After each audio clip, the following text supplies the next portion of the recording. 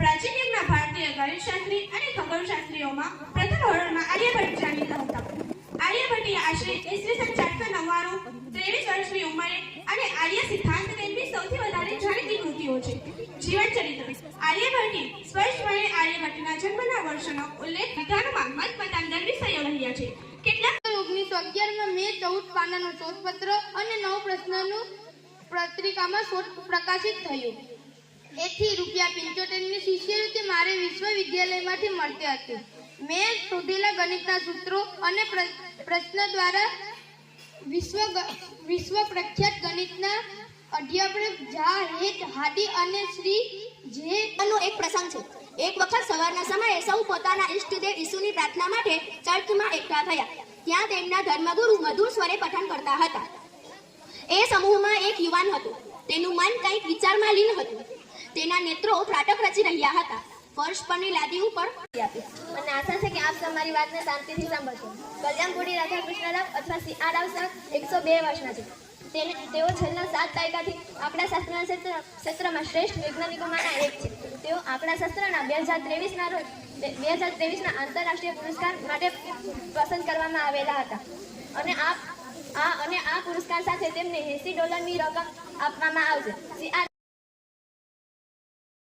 હું અહીંયા શકુંતલા વિશે થોડું કહેવા માંગુ છું, તો આપ સૌ ધ્યાનથી સાંભળશો તેવી મારી નમ્ર વિનંતી.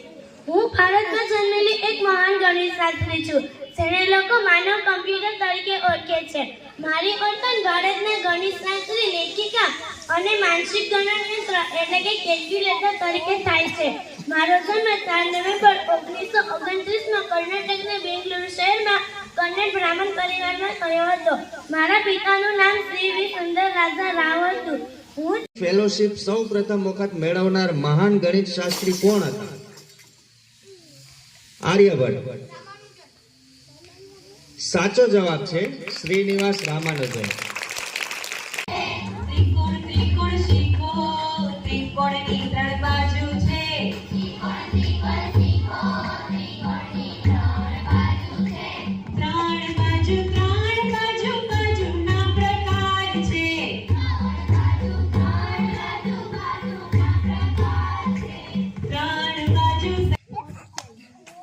मैं गणित हूँ, मेरा कोई दोस्त बनना नहीं चाहता है, मुझे कोई पसंद नहीं करता है, सबके सब मुझसे डरते हैं.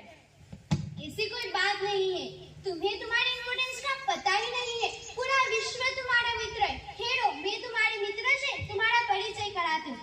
सबसे पहले मिलो इनसे. ये है विज्ञान.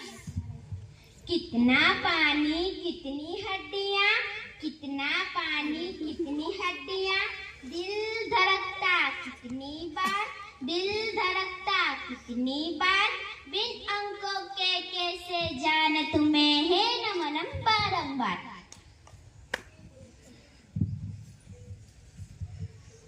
इनसे मिलो. ये इतिहास.